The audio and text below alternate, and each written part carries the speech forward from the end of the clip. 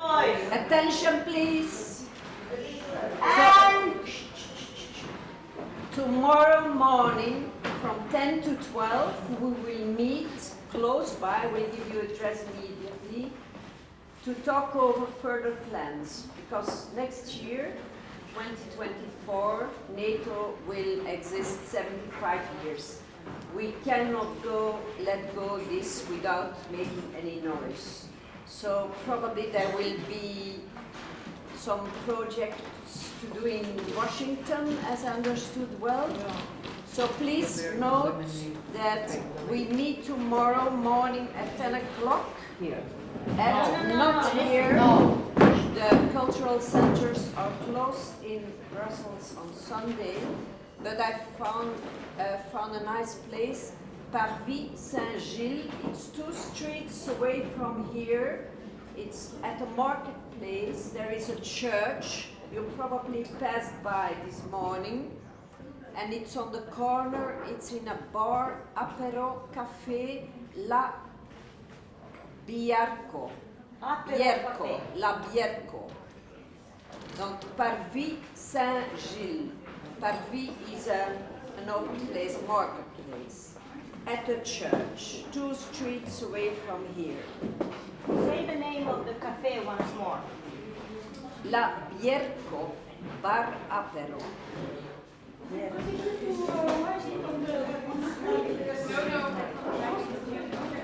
The address is Parvis Saint-Gilles. Parvis is open place, space, market. No. It's right in the corner by the church. And the number is 15. It has a number. Let's write it and put it up on the wall. Yeah, I'll write it on a paper. Yeah, it's perfect. So that's it. That's it. And then when the reading Hello. I will shout for you. Can you hear me? Yeah, we can Okay. hear you. Wait a second, Okay. I have to let the people in. No, Okay. be inside. It's more important that we hear her. If she would be here, you know she has trouble speaking very loudly, so we decided in this setup, and therefore we can use the loudspeakers so everybody can hear her. And Christina sits outside because of the breathing. That's fine. And she is the moderator. Okay. Okay. Okay, I'm letting people in now. Give it 10-15 seconds to the program to have all people in, and then you can start. Yeah, give me sign that I can start. Pablo, how about the translation? They should need their... There are no translators at the moment, but the first speech will be in English, and we will see how it progresses then. The translator is not online. Should be. Yes, but it is not. And when the translator comes, how does it work? They should use their phones. I mean, okay. So, People who want to hear, I understand. Okay. so at some point, the first speech is going to be in English. Pablo, I can't hear you. The first speech is going to be in English, so nobody needs translation. In case the translators actually do show up, and the speaker who's going to speak in Spanish is going to show up, there's going to be a second channel on your phone. So if you open the Zoom link that was provided to everybody who had actually registered for this conference, and you enter the Zoom room, on the bottom of the screen there's going to be an option to actually change the languages. So I mean, depending on which language you have in Zoom, it's different, but and either it's translation or language or anything like that, and there you can change then between Spanish and English. If you do that, please be aware that you only use your headphones and that you turn off your microphone. It's really important, because if you don't do either of those, we're going to have a nice feedback mess, and we all might take some tinnitus away from Brussels. We take out the NATO headquarters. All right, yeah, exactly. Havana syndrome, right? Yeah. This time for real. All right, Christina, let's go. Yeah, please make me to co-host. Yeah, go on. Hello. Good afternoon, everyone who is in the room now. I apologize the delay of the starting of this workshop. The growing tension in Latin America. What about global NATO? And unfortunately, the interpreters haven't arrived, but hopefully they will come. But our first speaker, Laura Capote, is on the line, and she is also able to speak English, which I like very much. So I asked her to introduce herself and to say, introduce yourself and take your speech. My name is Christine Karch, and I'm coming from the international network No to War, No to NATO, which acts since 2009 for the delegitimization of NATO, during the NATO summits and with other events outside the summits all over the world. We had seminars and webinars, of course, all over the world, and seminars in person, also in Latin America, in Argentina, in the United States, in Finland, in the Balkans, and other cities. And now I will hand over to Laura Caputo. Hi, Christine. Thank you so much for this presentation. Hi, everybody. My name is Laura Capote. I'm from Colombia.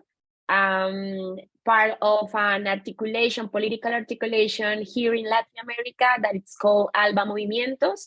It's an articulation inspired by Fidel and Chavez, and we create ALBA Movimientos for strength, the solidarity and the knowing around all the social movements here in Latin America. We have around 300 comrades, 300 movements in our articulation. So all the things that I want to share with you today, it's around the discussions and the reflections that we have been in our articulation. And of course, the position that we have as social movements here in Latin America against NATO, against the US military policy of the imperialism that we just in this year, we are in the 200th anniversary of the Doctrine Monroe, and we are in this reflection in all our continent. So if you want, I can start. I don't know how much time I have. I suppose 10 minutes. It's okay? 10 minutes. Okay, perfect, Christine. Well, comrades, first, thank you so much, as I said, for this moment. We thought that speak about the consequences of NATO here in Latin America is one of the most important reflections that we can have now, because in this moment around the war, around the reflections of the human rights violations, it's common that anybody says anything about what NATO and what the US military forces has been doing here in Latin America, and this continent has been one of the more affected and where there's a lot of victims of these US military forces. So the first thing that I want to say is that remember that NATO, it's like a Trojan horse of US military might. We know that the NATO, it's an instrument of US power, and NATO exists to manage the world according to its interests. So we can, when we talk about NATO, we are talking about US military forces. And first, because here in Latin America, we have the first experience, like a predecessor of NATO, that is the TIAR. It's common, probably you have heard about TIAR, the Inter-American Treaty of Reciprocal Assistance, created in 1947, and was the first experience of a continental force articulated for defense. And with that predecessor, after that, the US created the NATO.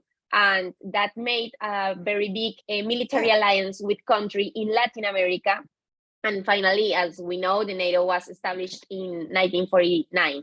And that was a very important project because was the articulation of Latin American countries that was in favor of the US, and until today that have a very important role, because the countries in Latin America that have this role of being friends of US policy and being like the expansion of his power in all the different continents have this same role. So in that sense, in 1973, around this US policy, military policy, was created the Southern Command. As we know, they created different commands in the different continents. And here in Latin America, we have the Southern Command, that it's one of the principal responsibles of the military presence here in Latin America, especially on the Caribbean. And of course, as we said, NATO is part of the US effort to extend its power beyond its border by using friendly countries. So what happens here in Latin America, it's this idea around the imperialism project and the imperialism presence here in our continent, and how find different ways of influence here in Latin America, not just military. It's one of the most important, but not the only one, because there's a lot of new ways of intervention. We called that we here in Latin America, we are in a new Plan Condor, that it's a plan that were around our continent in 70s, 80s, and that affect all the democracy process here in our continent. So that was the first thing that I want to say. The second one is the important role that Latin America and Caribbean have in geopolitical terms, economic matters, around economic matters, natural resources, reserves of mineral resources, oil, lithium, gas. I mean, here in Latin America, we have one of the big reserves of different natural resources, and not just that, because we have a very important ubication, geographic place in our continent. You know that we have a line with Central America and South America. We can go to both seas, Caribbean Sea and Atlantic Sea and Pacific Sea. So we have a very important in Colombia, especially a big important place. And here in Latin America, there's around 70 bases in different countries, and the presence of the US military here, it's very strong.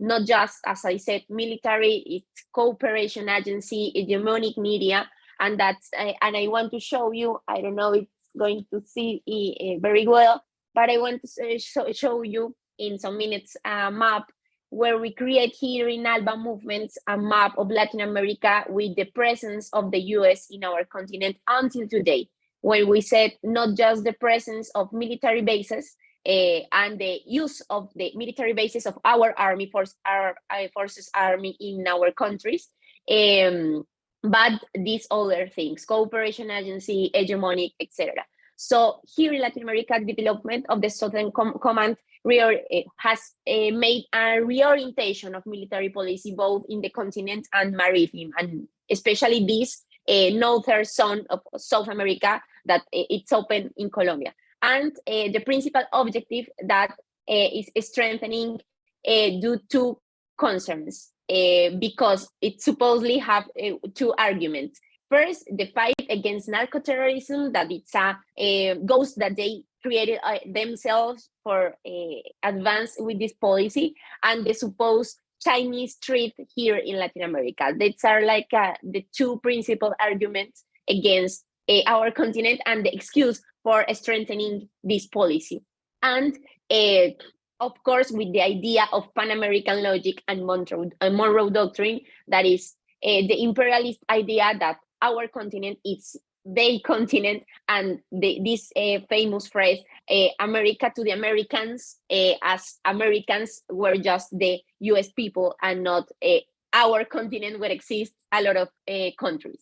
So especially in the case of Colombia, we have a very strong relationship since 19th century with US policy and the military presence in our country, and has been rapprochement between economic and military forces. First, because Colombia, for example, was part of this TR that I said was created in 1947, and was the only one country in our continent that sends troops to Korean War around these arrangements of TR. So it's one of the most important examples that we can say that the strained relationship between Colombia and U.S. forces and U.S. policy, foreign policy, is not just here in 20th century, is just from a 19th century and has been around all our history and all the important history around the fight against the political and social conflict in our country, especially because the people in our country has been fighting against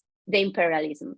So first, of course, one of the most important examples of this presence of US troops in our country is the signing of the Plan Colombia, the famous Plan Colombia, that I have to say that was written originally in English, and our president, our former president in that moment, Andres Pastrana, didn't speak English. So the agreement was writing in the United States in English, and Colombia just signed without understand what they are signing. But that was the importance of an example of this unequal relationship. That was in 1999, the end of 20th century, and that implies a very big military reengineering in our country, especially because injection of funding for the military and war strategy that was transformed the war strategy in our country. Because as you know, I suppose that you know that in Colombia we have an internal conflict since 1948, the assassination of Jorge Eliezer Gaitán, that was one of the most important social leaders in our continent.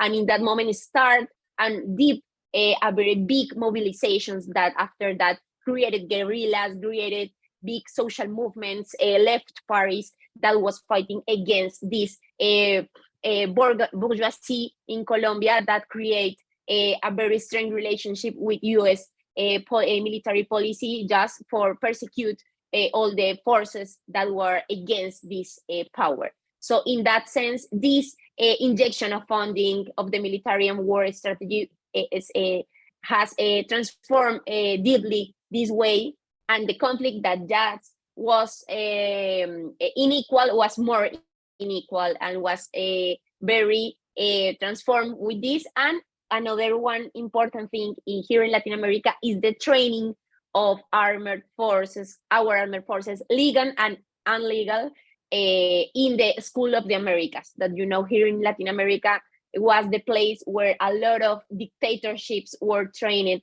to make the coups against Salvador Allende, against the different process here, especially in South Cone, Brazil, Argentina, Chile, Uruguay, Paraguay, and that in the training of in tactics of torture and how to kill and keep information about these fighters and leaders in Latin America was one of the principal things that are still until our days. So the development of the Plan Colombia generated an escalation of the war, and a violation, a big and historical violation of human rights. Training, for example, mercenaries that now in Colombia have a big enterprise of mercenaries that, for example, can kill presidents, as happened the past year with the president of Haiti. And for example, here in Colombia, this bringing and growth of formation and in turn of mercenary has created paramilitary groups that I'd say this training of military forces is not just the legal military forces, our armies, is just the training to paramilitary groups too. It's the training of all the combination of the ways of fight of our enemy. And first, the creation of the paramilitary groups in Colombia was made by the state. Recording in progress. For strength this relation between legal forces, and that the paramilitary made that legal forces in theory can do. All the worst human rights violations were made about these paramilitary groups. and all the difficulties that have.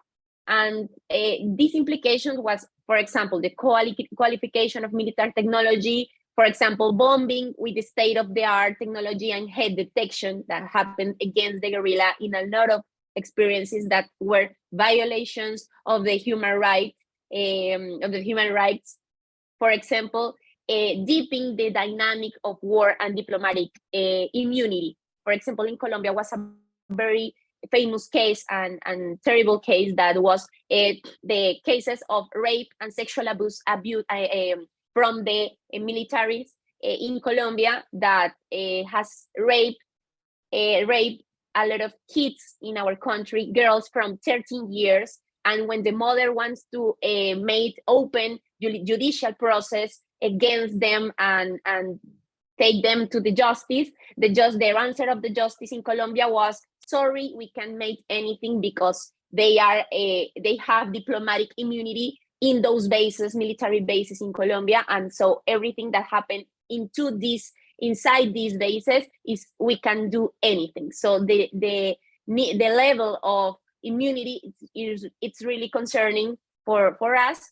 And finally, this balance of this war. This war has been financially trained by the U.S. military forces, and now we have the dispossession of 9 million hectares in our country, the 7 million internally displaced people that have to go out from their houses and their lands because of the violence of this war, and 50,000 disappeared persons, especially since the Plan Colombia. So especially now in this moment for closing, the relationship between the US military forces and the NATO, especially the NATO, in the moment when Colombia has approached to this criminal articulation of NATO. Because first, the negotiation and rapprochement, Colombia participated externally and defending NATO interests.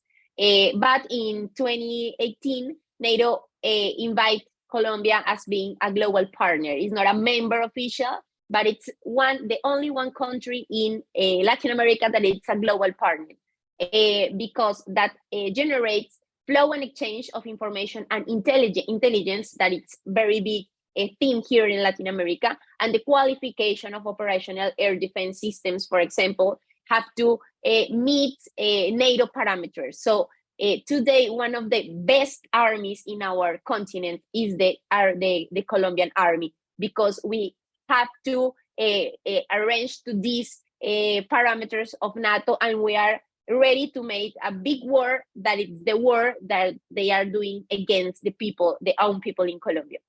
And of course, one important and key team that is the assistance brigades to military force that they are today in Colombia, that were especially in the border with Venezuela, all the places that can threat Venezuela. And of course, as if it's inclusion in NATO as a general partner, where a matter of fact, Colombia has been in charge of promoting multilateral initiatives in Latin America and the Caribbean with the aim of articulating regionally and political and diplomatic sense against Bolivarian Republic of Venezuela. The principal role that Colombia have in this policy is to make a big space against Venezuela, where the presence of US is there in the line with Venezuela, and the importance of US to fight against the revolutionary processes here in our continent, especially in the case of Venezuela. So I want to close saying that this is very important. Talk about the consequences of NATO and consequences of military US forces, because we have to understand that the presence of NATO in our countries, in our continent, it's actually happening today. It's not something of the past. It's not something of the 20th century. It's something that happened today and that determines the lives of people in our region. For example, in our country, in Colombia, the lives of the people in the farms, in the land, they're determined with these military policies. And in order, we have to, the most important thing, create an order to design a strategy against them. We as social forces, social movements have to create Thank strategies you about how can we very strategize much for against like your them. very impressive speech. And when I got it right, at the end there was a Spanish translation. Was it correct? That's it. I have it. Tengo aquí, más o menos, ok. Okay. So then I hope we will also have in the future the Spanish translation.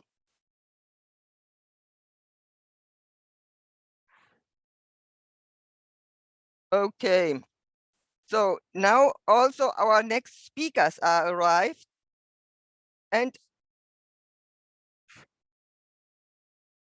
I would like to ask Giulietta to introduce herself and to talk us about militarization and NATO in Latin America.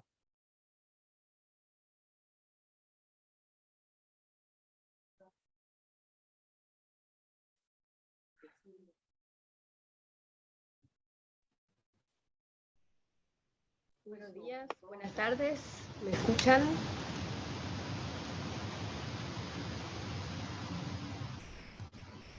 Buenas tardes, ¿me Sí, escuchan? sí se perfecto. escucha. Sí, claro. Ok, perfecto. Bueno, en primer lugar, un saludo a todos los participantes en esta reunión. Un saludo especial a Cristine y bueno, a nuestros traductores y traductoras que no tienen una tarea fácil. Pero bueno, muchas gracias por estar aquí. Ok. Bueno, yo coincido en varios puntos con la exposición de Laura Capote, de la compañera Laura Capote. Entonces, bueno, voy a tratar de hacerlo de la manera más resumida sin reiterar mucho lo que nos dijo ella, ¿no? Bueno, mi nombre es Julieta Daza, yo nací en Colombia, pero desde hace aproximadamente 15 años vivo en la República Bolivariana de Venezuela. Bueno, este encuentro, organizado además por mujeres, que es muy importante, se da en gran medida en contra de la reunión de la OTAN que se dará el 11 y 12 de julio en Lituania, ¿no? Pero ¿por qué protestar contra la OTAN? Creo que todos sabemos, todas y todas sabemos muy bien por qué, pero es importante recordar la historia que ha tenido esta organización como organización de guerra en función de los intereses imperialistas de los Estados Unidos y de algunos países europeos, ¿no? Muy al contrario de ese discurso de paz, democracia, libertad y estabilidad que siempre se nos ha mostrado, ¿no?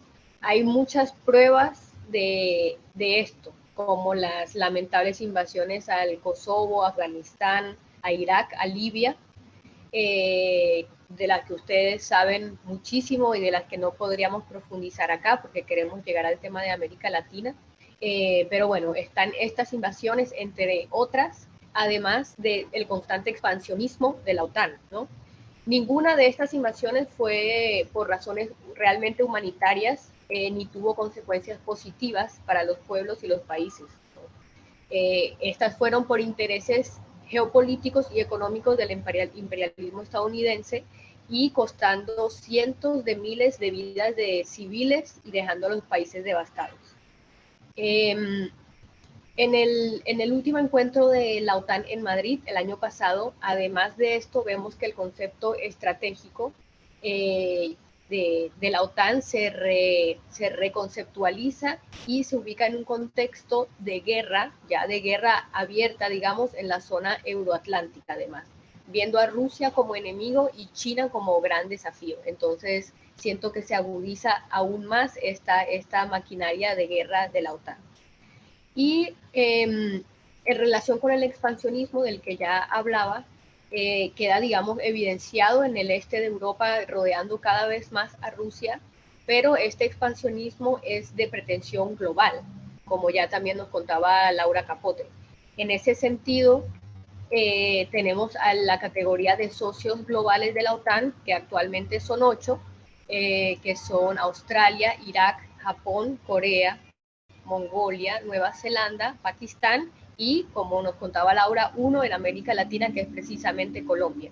Colombia se convierte en socio global de la OTAN en 2017 bajo la presidencia de Juan Manuel Santos, un presidente de derecha, y como ya también veíamos, no es casualidad que precisamente sea Colombia, que es el único socio global de la OTAN en América Latina. Esto tiene, digamos, toda una historia que es una larga historia de estados colombianos funcionales a los intereses del imperialismo estadounidense. Una historia caracterizada por la constante injerencia estadounidense disfrazada de cooperación militar. Hay un investigador colombiano que se llama Renan Vega Cantor que bueno, ha investigado a profundidad este tema de la injerencia estadounidense en Colombia y bueno, una de las conclusiones, digamos, es que la doctrina militar colombiana siempre ha estado en gran medida influenciada por los intereses y conceptos de los Estados Unidos, desde la guerra contra el comunismo, pasando por la guerra contra las drogas hasta la guerra contra el terrorismo. Vemos entonces el constante financiamiento militar a Colombia, entrenamiento militar en el país y por fuera del país a militares colombianos y la presencia en realidad permanente militar estadounidense en Colombia, que lejos de poner fin al conflicto social y armado del país de más de 75 años, lo ha profundizado, lo ha permeado y ha causado graves violaciones de los derechos humanos. Laura nos comentaba una muy grave, que fueron decenas de casos de violaciones a niñas y mujeres colombianas por parte de mercenarios estadounidenses bajo la impunidad diplomática, ¿no? También hay que decir que esta injerencia estadounidense en Colombia se ha disfrazado bajo supuesta guerra a las drogas y demás, pero claramente hay un interés de control territorial y un interés geopolítico que también ha tenido un carácter contrainsurgente en Colombia. Bueno, una prueba también de ello son las 7 bases militares en territorio colombiano a las que se le dio acceso a los Estados Unidos en el año 2009 bajo la presidencia de otro presidente de derecha colombiano, Uribe Vélez. Y bueno, el auge de todo esto que también nos mencionaba Laura, que es el Plan Colombia, el plan militar más grande de cooperación entre Estados Unidos y un país latinoamericano. Entonces, esta historia explica bastante el ingreso finalmente de Colombia como socio global a la OTAN, y que hoy en día Colombia es incluso exportador de entrenamiento militar a otros países, por ejemplo, en el área de la contrainsurgencia. Uno de las peores consecuencias de estos estados funcionales a los intereses de Estados Unidos y de la OTAN en Colombia ha sido la creciente hostilidad entre Colombia y su país vecino y hermano Venezuela, en el que yo vivo, como también nos mencionaba Laura, y bueno, con que llegó incluso a ruptura de las relaciones diplomáticas, al llamado cerco diplomático y agresiones abiertas contra Venezuela desde territorio colombiano, como por ejemplo sucedió en 2019, afectando a los pueblos de ambos países, que son pueblos históricamente hermanados, con mucha movilidad de un país al otro, y afectando especialmente a las comunidades que viven en la zona de frontera colombo-venezolana, que es una frontera muy amplia, con más de 2.000 kilómetros de extensión. Entonces, esta ha sido una de las peores consecuencias de estos estados funcionales al imperialismo estadounidense en Colombia. Exacto, eso era un punto importante. Venezuela, bueno, recordemos, como también nos decía Laura, desde hace aproximadamente, bueno, más de 20 años comenzó un proyecto bolivariano, comenzó a construir un proyecto, digamos, revolucionario que pretendía hacer cambios profundos a nivel social y económico en función del bienestar de los pueblos y en función también de un proyecto continental de unidad. ¿Sí? La llamada revolución bolivariana. Es además un país profundamente afectado por las sanciones, que ese es otro punto muy importante cuando analizamos, digamos, el imperialismo, digamos, estadounidense, cómo ha afectado la región y la OTAN, pero bueno, esto creo que lo tenemos que enmarcar como en el concepto de imperialismo estadounidense. El tema de las sanciones es muy fuerte, ha afectado fuertemente a Venezuela, mal llamadas sanciones, además, porque sanción es como cuando se hace para castigar a alguien, ¿no? Digamos, porque hizo algo malo. Entonces, desde Venezuela las llamamos medidas económicas coercitivas unilaterales, y similar al caso de Cuba con el bloqueo, ha afectado a la población fundamentalmente. Es una forma también de llevar la guerra, estas sanciones y estas medidas. Entonces, bueno, creo que un llamado que tenemos que hacer es a rechazar las sanciones como método de guerra a nivel mundial. Afortunadamente, desde el triunfo electoral de Gustavo Petro, digamos, primer presidente progresista en Colombia, las relaciones con Venezuela se han ido retomando, pero bueno, sabemos que Petro se enfrenta a grandes retos. Uno de ellos es precisamente qué hacer con la relación con los Estados Unidos, qué hacer con el tema de las bases militares en Colombia y qué hacer con la relación con la OTAN. Esto es, pensamos, un gran reto. Un interesante de pronto antecedente que hay ya en el gobierno de Petro es la suspensión de la instalación de una base militar que iba a ser construida con financiamiento de Estados Unidos en una isla del Pacífico colombiano, Gorgona. El gobierno por ahora al menos suspendió esta instalación, entonces, bueno, esto es un antecedente que da como cierta esperanza de que pudiera pasar algo, pero sabemos que el gobierno tiene actualmente un gran reto y que ha sido saboteado constantemente por la derecha del país y sus medios de comunicación. Otro gran reto que tiene el gobierno de Petro es el tema que se ha denominado paz total. Que bueno, que se supone que sería una serie de diálogos y de procesos con diferentes grupos armados, que también ha sido difícil y ahí creo que es importante reconocer el carácter profundamente político que tienen muchas de las organizaciones armadas denominadas ilegales, ¿no? Como muchas guerrillas, como grupos paramilitares. Si no se reconoce el carácter político de estas, tanto insurgente de las guerrillas como contrainsurgente de los grupos paramilitares, va a ser muy difícil avanzar en el tema de la paz. Y bueno, pasando un poco a América Latina, voy a tratar de acelerar, no sé cuánto tiempo llevo. Si vemos hoy la mirada regional de América Latina, y nos basamos, por ejemplo, en una investigación de Thelma Luzani del 2012, vemos que en la región tenemos más de 70 bases militares de Estados Unidos y de la OTAN. Solamente en el Caribe hay mínimo 9 bases instaladas de la OTAN, incluyendo bases estadounidenses, británicas, francesas y canadienses. Tenemos 2 casos dramáticos, que son las Islas Malvinas en Argentina, con el complejo militar británico Mount Pleasant, y la base naval y prisión estadounidense Guantánamo en Cuba. Los países con más bases estadounidenses en América Latina son Panamá y Puerto Rico, con 12 cada una.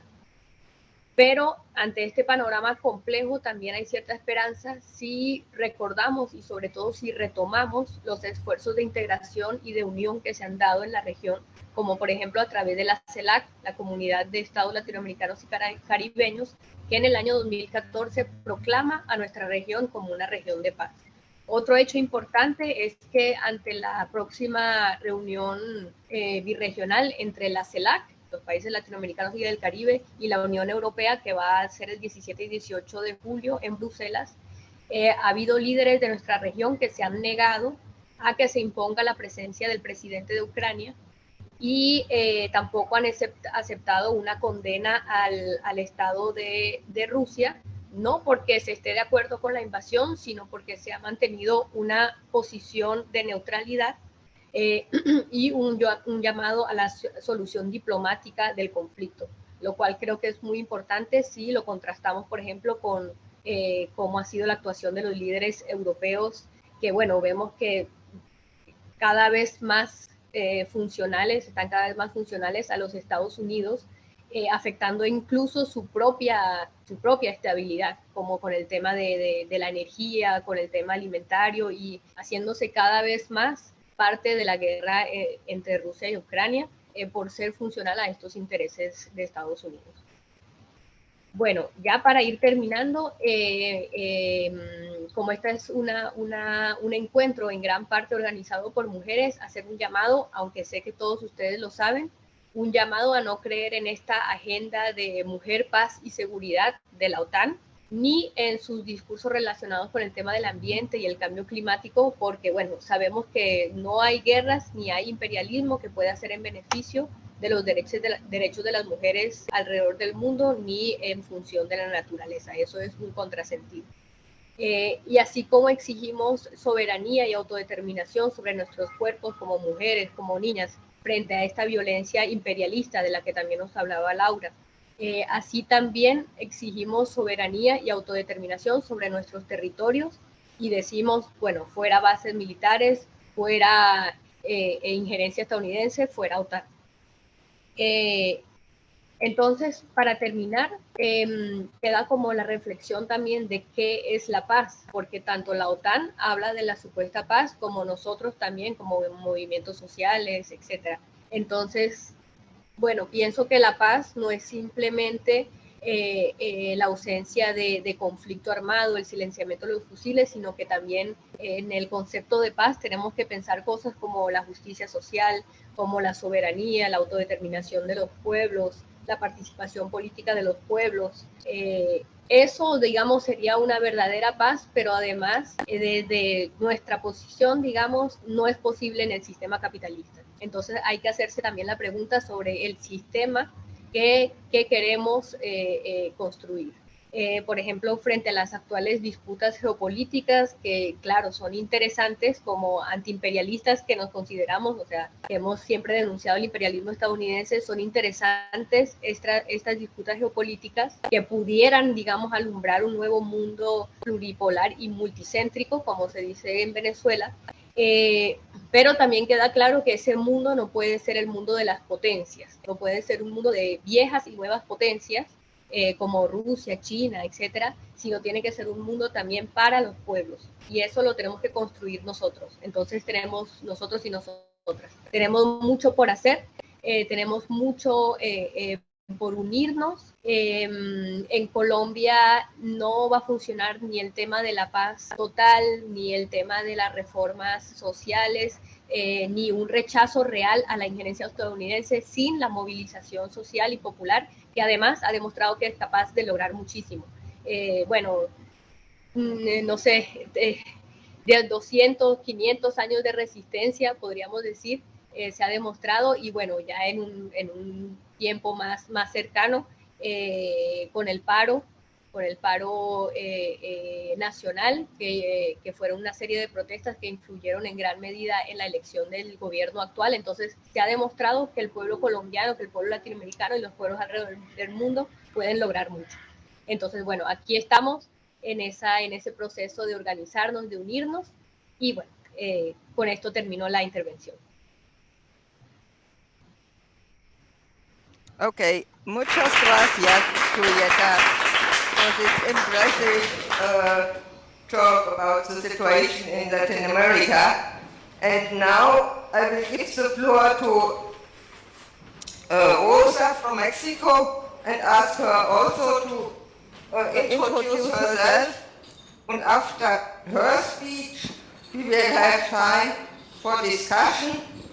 And I ask you, please use the raise hand button below in the menu of the Zoom so that I can see it and give you the floor later. Rosa, the floor is to you.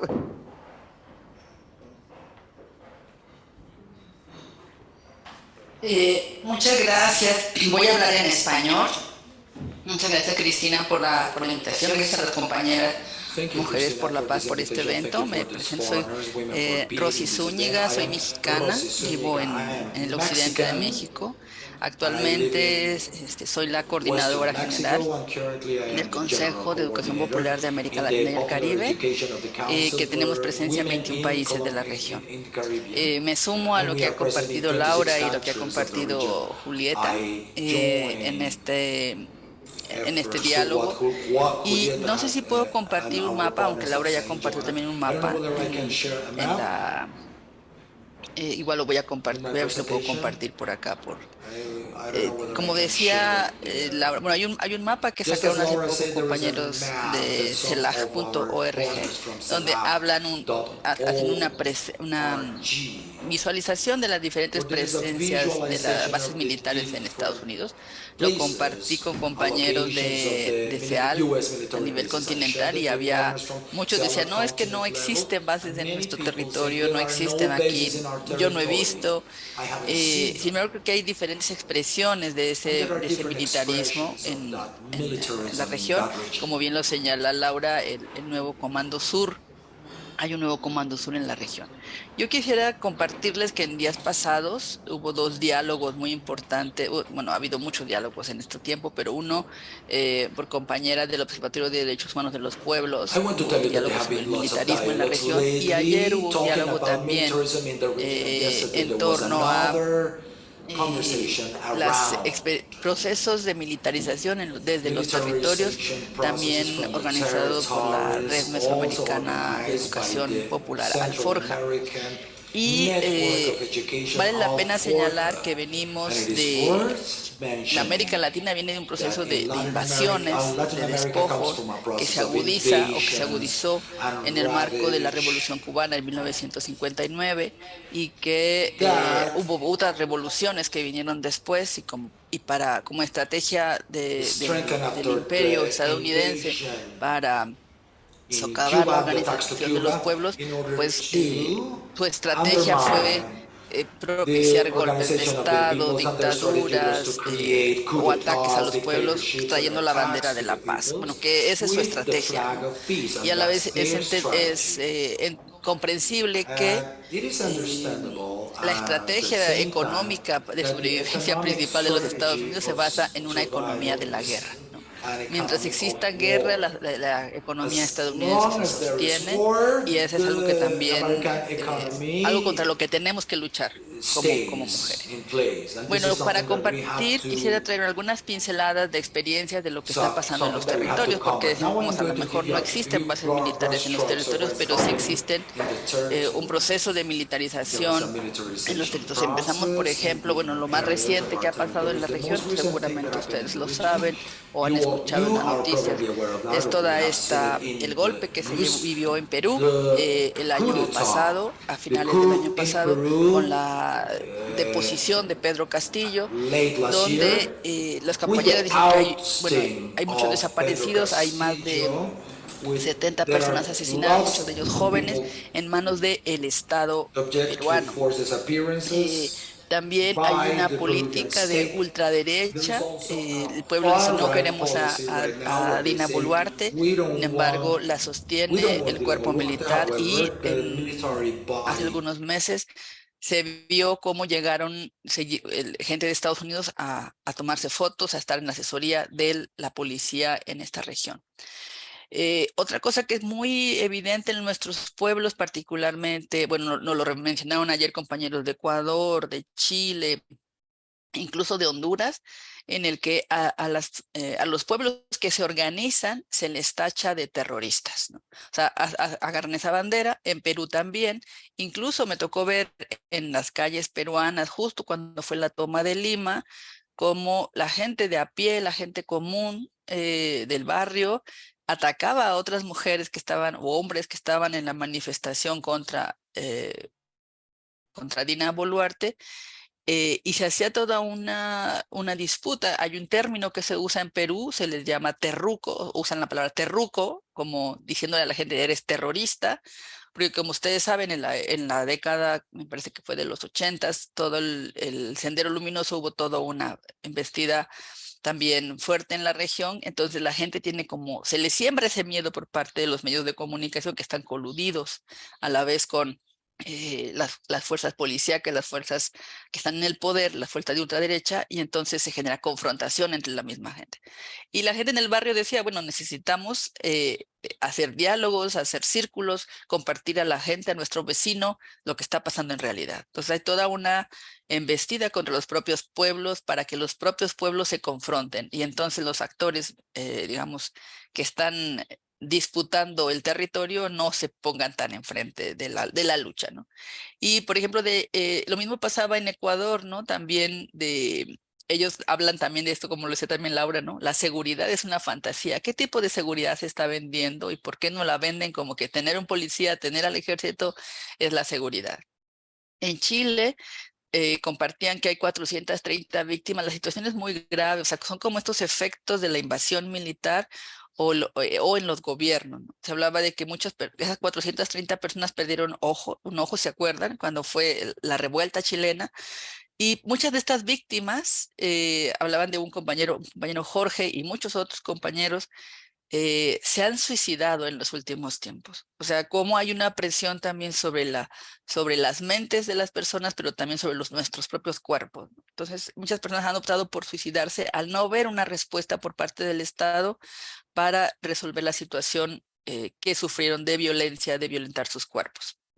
Entonces, eh, y una cosa que se mencionaba también en el caso de Chile, hay una cosa que se llama también por acá el gatillo fácil, particularmente que se vive mucho en las regiones del sur, en Argentina, en Chile, en Paraguay, Uruguay y seguramente en otras regiones, donde se da una cierta legalidad a la policía para ejecutar a cualquier persona que aparente ser un luchador social. Y esa es una cuestión difícil porque, y complicada porque entonces está criminalizada la idea de organizarse y de pelear por la vida. En el caso, por ejemplo, de México, se habla de que hay una fuerte militarización. El contexto es diferente, no hay una relación con Estados Unidos, pero sí hay una fuerte decisión también por parte del gobierno en el que se habla que hay, por ejemplo, 24, hay una cosa muy complicada, hay 24 cuarteles militares con 22.400 elementos desplegados para, de cierta manera, proteger los bienes de la nación en contra del narcotráfico. Ese es otro elemento que está también jugando y que, como muchos sabemos, la producción de drogas es también un negocio que se utiliza en las guerras, como parte de la estrategia de la economía de guerra, y hay una apropiación del narco de territorios, de autoridades, de negocios, o sea, hay toda una economía criminal, hay toda una narcopolítica que está presente. Y entonces nos preguntamos, ¿y cuál es la estrategia de los movimientos? ¿Cómo le hacemos para hacerle frente a este proceso? Recording stopped. Ahí dejó de grabar, algo pasó ahí. Entonces, algo que se nos decía, necesitamos romper el cerco mediático para, creo que no sé si perdimos a Christine, pero bueno, ahorita vemos qué pasó. Quizás para cerrar y no extenderme más, decirles que desde en México, por ejemplo, hoy se va a hacer un festival por la paz por diferentes redes mexicanas que están luchando por un sí a la paz. Y esa paz es una paz con justicia, con dignidad, por los pueblos, por los territorios, por los movimientos, por las mujeres. Hay un llamamiento que se está haciendo, lo voy a poner también aquí en el chat para que lo firmemos. Está en español, pero lo voy a leer por si aquí no lo pueden, con los intérpretes podemos echar mano de esto. Y ahí estamos diciendo que las personas y organizaciones que firmamos esta carta en ocasión de la cumbre de la OTAN, que se realizará en Vilnius, Lituania, los días 11 y 12 de julio, queremos expresar lo siguiente. Nos preocupa el aumento de la inmigración producto de la pobreza, el cambio climático o de la guerra que viven millones de personas en diferentes lugares del mundo. El aumento de la posibilidad de una tercera guerra mundial. El aumento y el peligro del uso de armas nucleares. las sanciones económicas unilaterales que aplica Estados Unidos y la Unión Europea contra otras naciones del mundo, las que terminan afectando no solo a gobiernos, sino a millones de personas de aquellos países. Esas medidas violan los derechos humanos de la población civil y dañan a todo el mundo. El aumento de los presupuestos militares en desmedro del bienestar social de la población en todos nuestros países. Reconocemos que vivimos en un mundo cada vez más inseguro, producto de las políticas económicas y militares que dominan el actual orden mundial. Esas políticas han fracasado y deben ser reemplazadas por políticas que pongan en el centro la paz y el cuidado de las personas y del planeta. Por tal razón pedimos que se ponga fin a la alianza militar de la OTAN, a las guerras, a la carrera armamentista y a todo tipo de hostilidades. Es urgente que los países de la OTAN, entre ellos Estados Unidos, Francia y Reino Unido, inicien conversaciones con China y la Federación de Rusia, y en conjunto con todas las naciones del mundo, para construir y avanzar hacia un gran acuerdo de paz, por la vida, por la amistad entre los pueblos y por una seguridad común que nos salve del peligro del exterminio. Muchas gracias y gracias a Cristian por estoy aquí para continuar con el diálogo.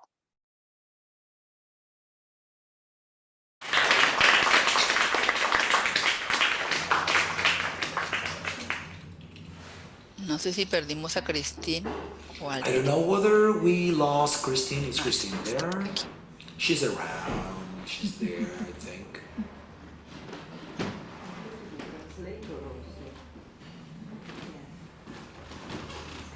She's going to be here in a second. Yes. Hey, Christina. Llegó ya vi a Christine. I think I can see Sorry Christine for the now. interruption. There she is. Sorry for the interruption, and thank you also for your intervention here. And you remain some minutes that we can have a discussion, and Pablo will explain how this is working now. It's quite straightforward. Just everybody online who wants to ask a question, as Christina said before, just raise your hand from the menu below. And if somebody here has a question, you can also get them to ask him. Sophie, I saw you raised your hand. Do you want to start?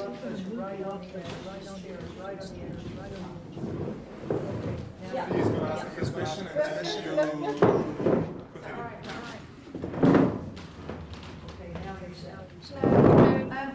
First of all, thank you so much for your contributions, which were inspiring and absolutely fascinating. And also thanks to Christine for pulling this together. I was really interested in the situation in Colombia and the discussion around the fact that you've now got like the first sort of progressive leftist president in Colombia, Gustavo Petro, and you sort of said like there's absolutely huge challenges in terms of how he is balancing not only trying to lift people out of poverty, deal with like so many complex issues domestically, but also the relationship between the US and NATO. And I know that when he was first elected last year, he had made the comment that he wanted Colombia away from NATO. So I don't know if there's been any developments around that, but also it would be really good if you can say a bit more about the Gorgona Island with this whole issue around the base being either suspended, if you could just clarify what the situation is with that, I'd find that really helpful. Thank you. Yes. Yeah, thank you for your questions, and I will, before I give the floor to Ulla, I will add another point regarding this question of basis. Don't forget the other islands from European country, Aruba, Bonaire, Curaçao, which belongs to Netherlands, and for this NATO is also there, because all NATO partners agree to use the installations for both sides. And we also have French departments in South America, and this is another militarization point. So now, please let them answer the question first. First, I just want to say we will close the discussion 15 minutes earlier so that the speakers can answer. But they will answer. 5 minutes with the most important thing. Otherwise, we have so bilateral dialogue. So, next questions. Excuse me, I think you stopped recording. Please make sure that you're still recording. There was actually an accidental recording. We are recording everything from this weekend with a different technical background. You don't need to worry about that. Okay. Let's have the answer. That's Ola, and afterwards Pablo is. Yes, I also want to thank the interpreter because that helps us here in Brussels Yeah. a lot. So thanks to the speakers, but also thanks to the interpreter. My only thing is not a question. Pablo put in address on the website for Women for Peace, United Against NATO. Please do your utmost in Latin America to go into the website and send us like 20,000 signatures on our declaration. We have the declaration there. It is signed by 250 Women First signatories. Now it is open for everybody, cats and dogs and men and women and organizations and movements. Please register and give your signature so that when we meet, maybe meet physically or on the web, that we can hand over 500,000 or 1 million signatures to the NATO summit in Washington. Thank you. Yes.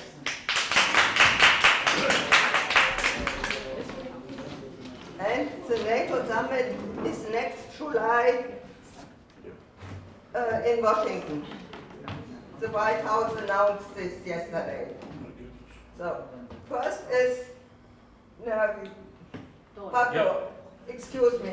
I have here a speaker which is a little bit handicapped, so he can talk first, short, and then you get the floor, Pablo. Yeah, I have a bad vision, but I have very good political vision. Yes. And it's the most important. It doesn't matter how you cannot see how beautiful the women are, but it's most beautiful how you have your vision for your life. Come a little bit over here so people can see you. Sorry. No. I have two very important questions and comments. First, after NATO have been so involved in Latin America, I know it's a nuclear-free zone. It's still that in Latin America, nuclear-free zone. That's the first question.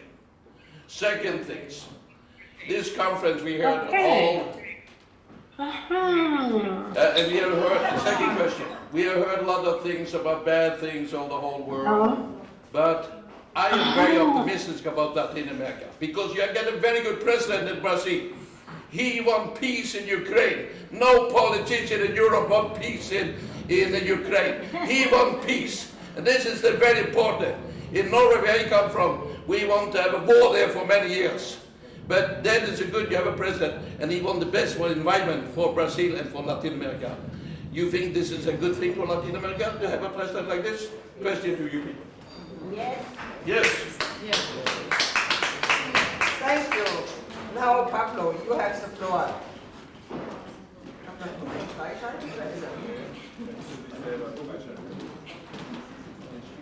Pablo Luis. Luis.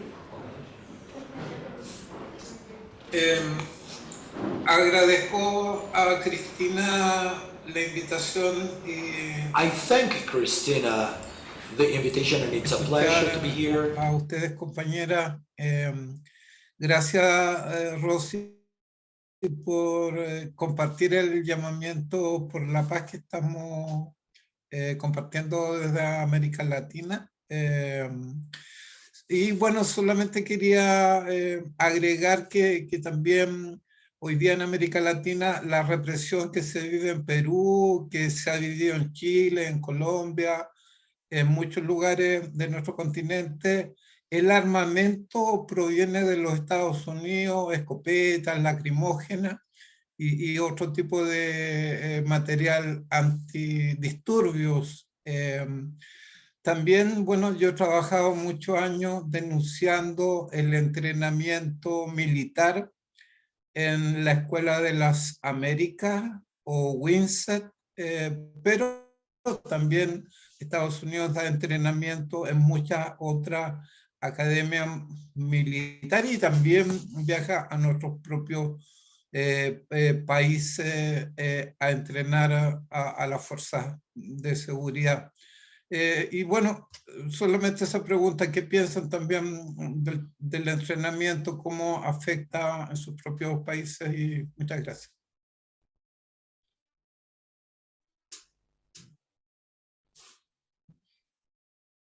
Thank you, Pablo.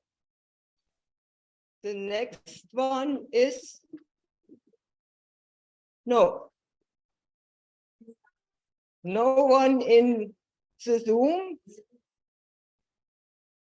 and also no one here. So,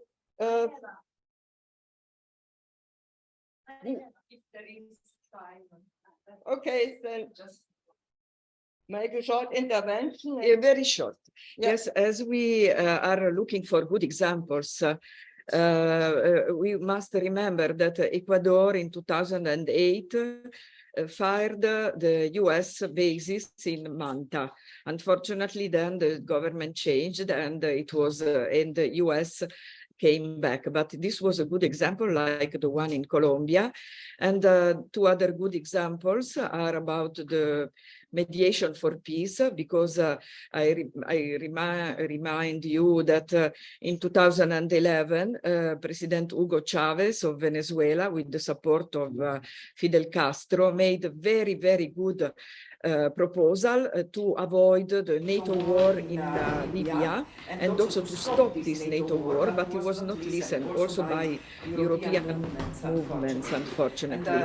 And another good example is, yes, the proposal of Brazil of a negotiation concerning Ukraine. And also on that, I think we should support this global south, these non-aligned movements, as PeaceLink has been trying to do, this small organization, by sending letters to the embassies of non-aligned countries which are mediating, trying to mediate for peace in Ukraine, African Union, Indonesia, Brazil, and others. Thank you. Thank you.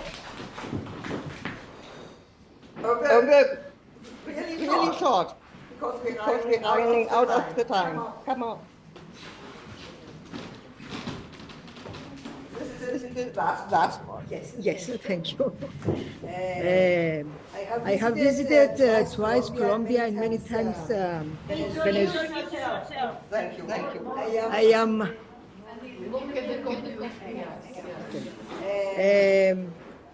my name is Skeri and I am from Cyprus. I have visited many times Venezuela and twice Colombia.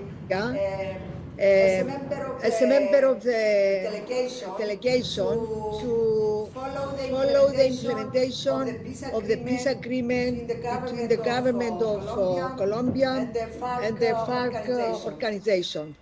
I am worried because this agreement is not promoted, is not implemented, and I wanted to have some more information since the 3 years that I went to Colombia, whether the situation with the new government and the implementation of the peace agreement, because if they don't solve the problems inside the Colombia, cannot face the effect of the United States power there. So I would be interested to find out what is going on. I know many people continue to be killed. The FARC people are living in the fields. Difficult situation. So if we can have a short answer, thank you.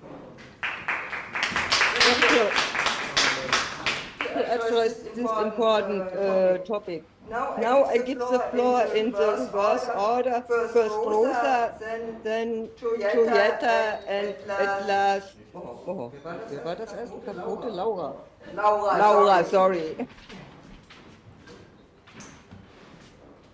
Rosa, the floor is yours. You have to unmute. Okay, okay. Thank you. Gracias, bien. Muy interesantes sus reflexiones.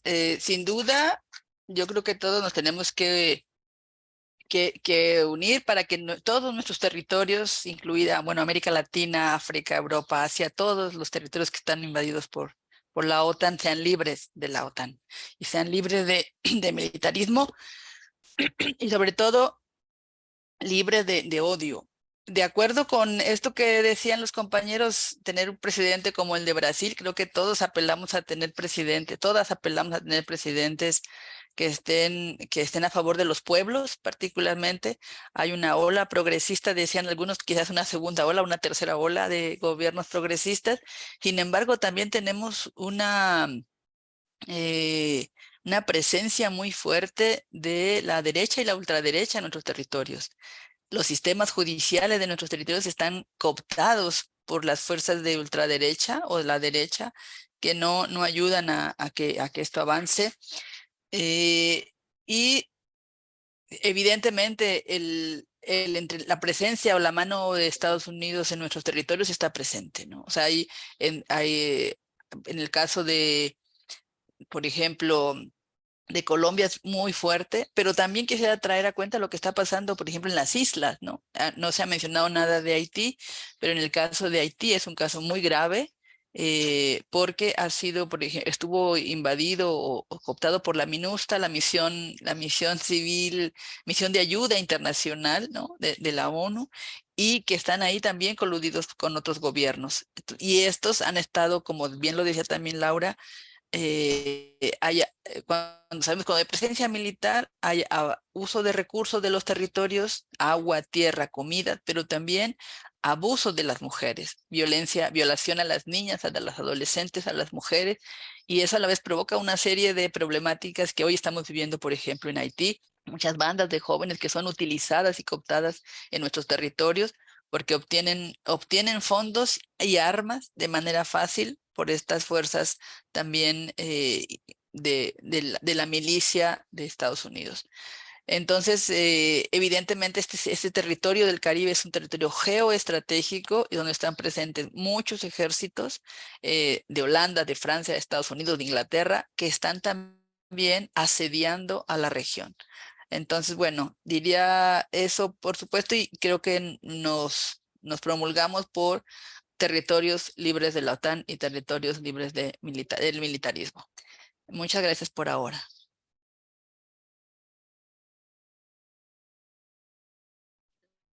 Tomo la palabra y después de Rosy, aprovecho que ya hay interpretación para hablar en español.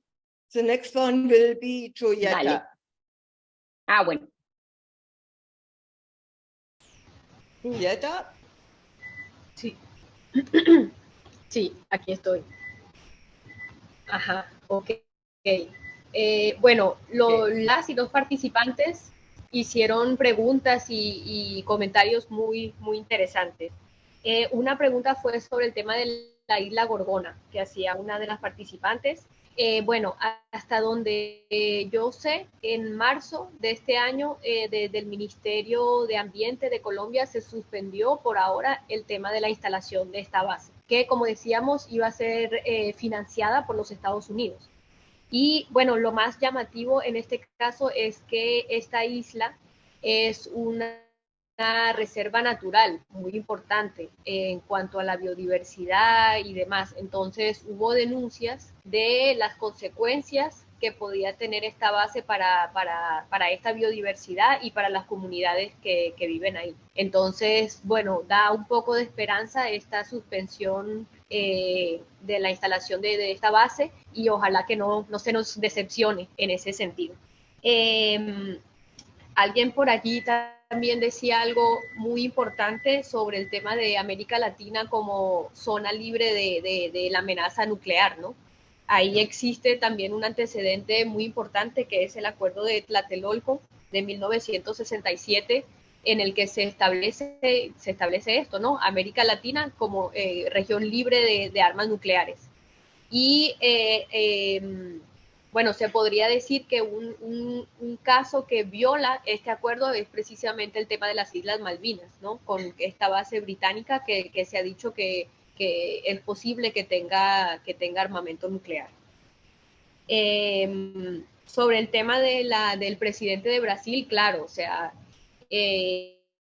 a nosotros nos da esperanza que haya líderes en la región como el presidente de Brasil, también el presidente de México, Petro en Colombia, que tenga por lo menos una posición de no seguir ciegamente los intereses del imperialismo estadounidense y de la OTAN, y frente al conflicto de Rusia y Ucrania se mantengan en una posición de neutralidad y de llamado a la solución dialogada al conflicto, ¿no? Y que se ha expresado como decíamos, en la preparación de esta reunión de la CELAC con la Unión Europea que se aproxima, y que se ha dicho no queremos que Zelensky acuda a esta reunión, no queremos una condena, digamos, ciega a Rusia, sino un llamado al diálogo. Entonces sí nos da esperanza.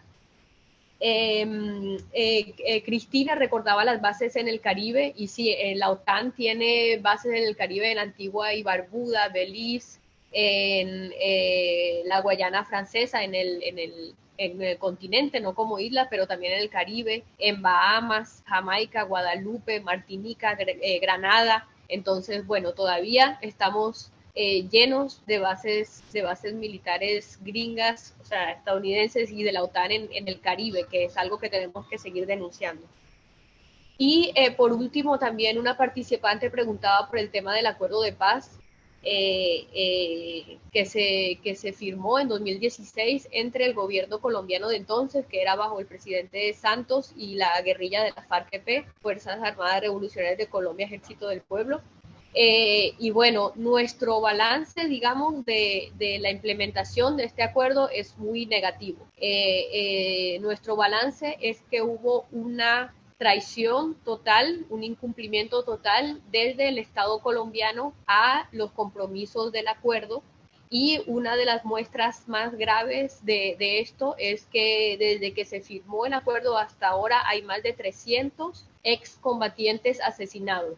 Entonces, bueno, esto no es una paz, Y bueno, cero implementación de acuerdos, por ejemplo, en el tema agrario, en el tema político incluso, o sea, mucho incumplimiento por parte del Estado colombiano, y esto es un reto precisamente que tiene el presidente Petro y su gobierno, la vicepresidenta Francia Márquez, por lo que han hablado de este tema de la paz total, que también ya desde la derecha se está intentando sabotear a nivel político, a nivel mediático.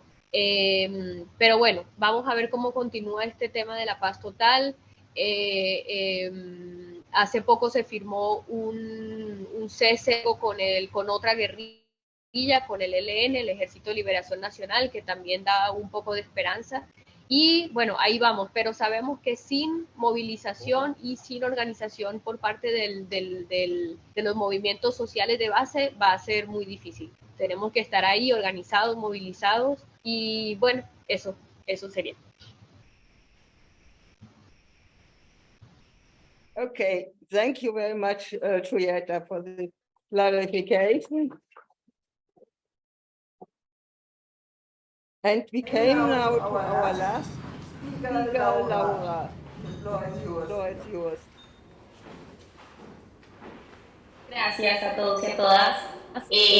Ya con pues, lo que han dicho tanto Rosy como Julieta, solamente agregar que parte, digamos, de los principales retos y desafíos que está teniendo el nuevo gobierno de Gustavo Petro, pues hace como uno de las disputas más importantes en este nuevo contexto, como decía Rosy, de reforzamiento de algunos proyectos progresistas en nuestra región, y la dificultad también de una estructura defensa having a structure of enraizada y tan defense cercana a that la is política deeply exterior de rooted defensa de Estados Unidos, in ¿no? the influence No of the es algo, United States digamos, que de here. un día para We otro cannot, se puede from one hacer, a day menos to que the tuviéramos next, un gobierno overnight. revolucionario, que bueno, la idea es que podamos construirlo, pero sabemos que es algo que implica tiempo, que implica decisiones geopolíticas, pero que nos parece que en el caso de Colombia hay una decisión, como decía Julieta, una decisión política, una voluntad política del gobierno de Gustavo Petro en avanzar, por lo menos en la desmilitarización en este sentido,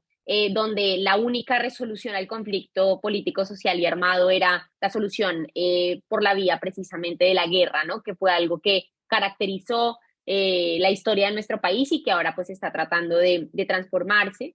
Y sobre todo pues la importancia de respetar este elemento fundamental de la CELAC que plantea que nuestra región es un continente de paz, ¿no? Y respetar también un poco esa definición regional de que los pueblos de América Latina y del Caribe tenemos la decisión soberana también de construir esa paz y sobre todo en el marco también de los 200 años que se cumplen de esta doctrina Monroe que en América Latina y el Caribe ha significado pues una presencia imperialista y sobre todo una vigencia, ¿no? De ese proyecto al cual pues desde los pueblos respondemos con un proyecto bolivariano de soberanía e independencia y que seguimos construyendo ese proceso con la construcción de la paz, con la decisión de construir la paz y por supuesto rechazando, digamos, todos los intentos injerencistas y de guerra en nuestro continente. Así que solamente sería eso, ya por supuesto que suscribo a lo que decían las compañeras antes y bueno, quedamos ahí atentos y atentas a cualquier otra iniciativa. Muchísimas gracias por la invitación a Alba Movimiento.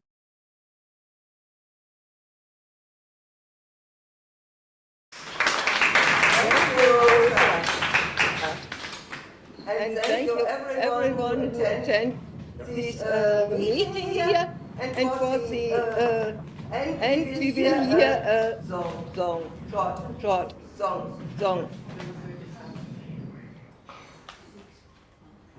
Is it working? Yeah, we're waiting for her. She wants to be on stage. Where is she? Where is she? Where is she? She wants to sing and the music in the background.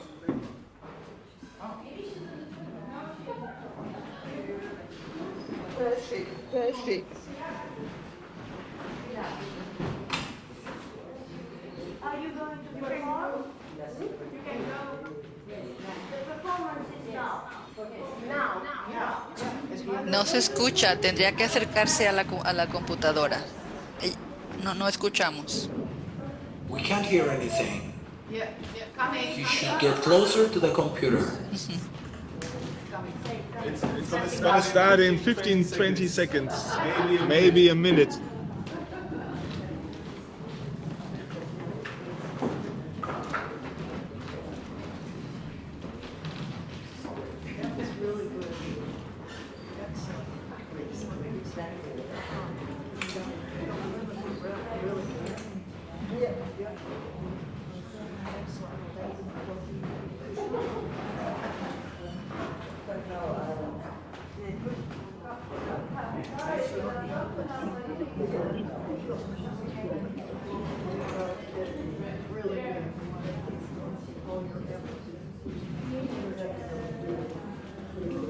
Well, ladies, this is the fastest improvisation I've ever done.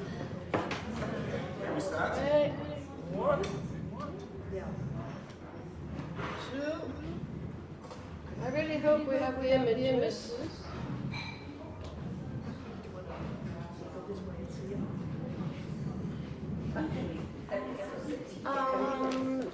I apologize for reading. I apologize. Good evening, everyone. Ciao. But I don't know it in English. I know it in Italian. Maestro, whenever you're ready.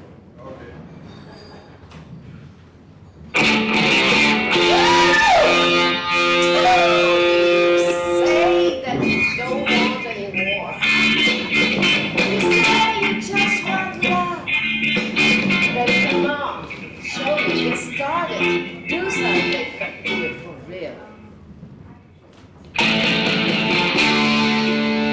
If we don't destroy the earth right now, it's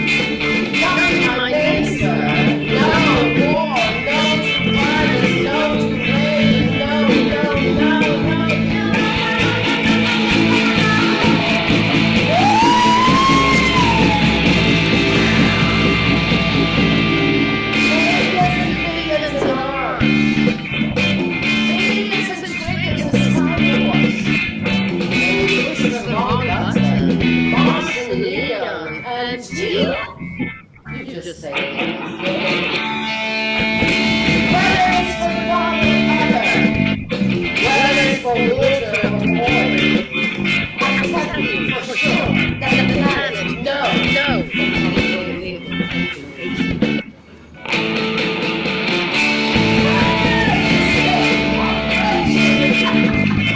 About genders, races, and colors. About peace for love.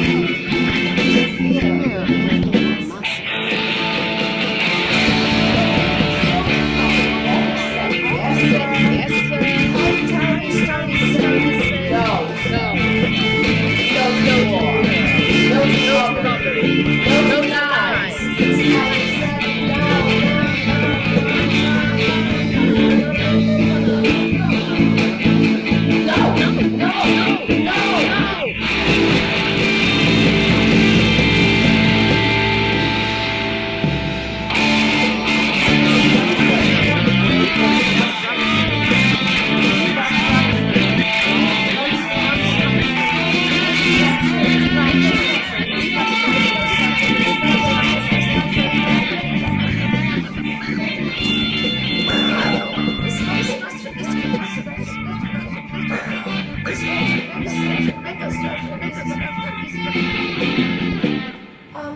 Excuse me.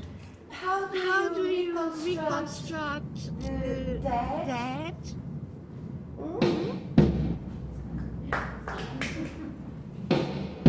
You say you want dignity. Home! Word! Serenity! For your children. For humanity. So, come on.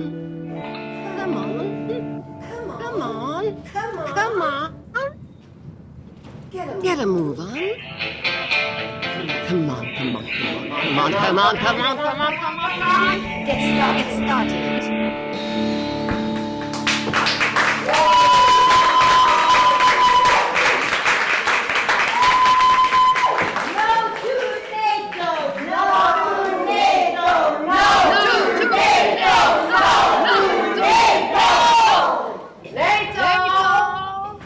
Rest in peace.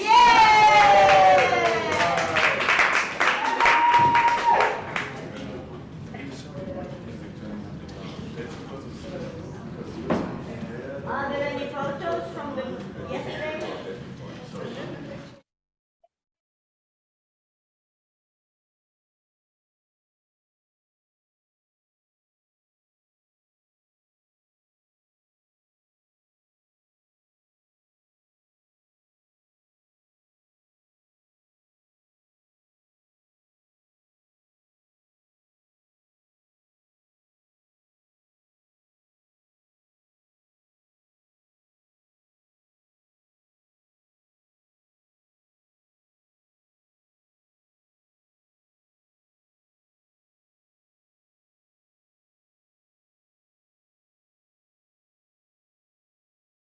Have the session is finished, and we're going to have the next session. Because they came so fast with such a short notice. Yeah. So thank you everybody once again for making this workshop, this presentations happen. I know it was a bit on short notice side, and I'm going to give up for the next event now. Hasta la próxima. Hasta la próxima. Yes, but don't go away because there's not going to be a break. We're going to have the next session starts right away. The next session starts right away.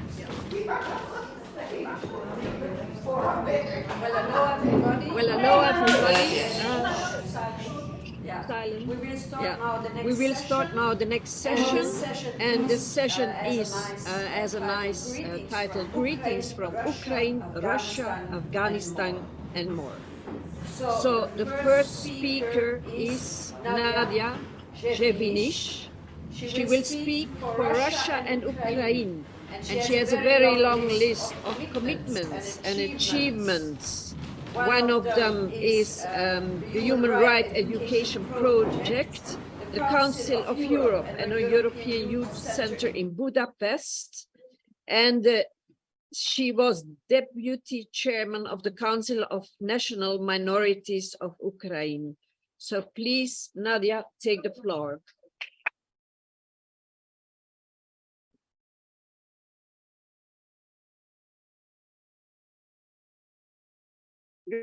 Written for in Israel.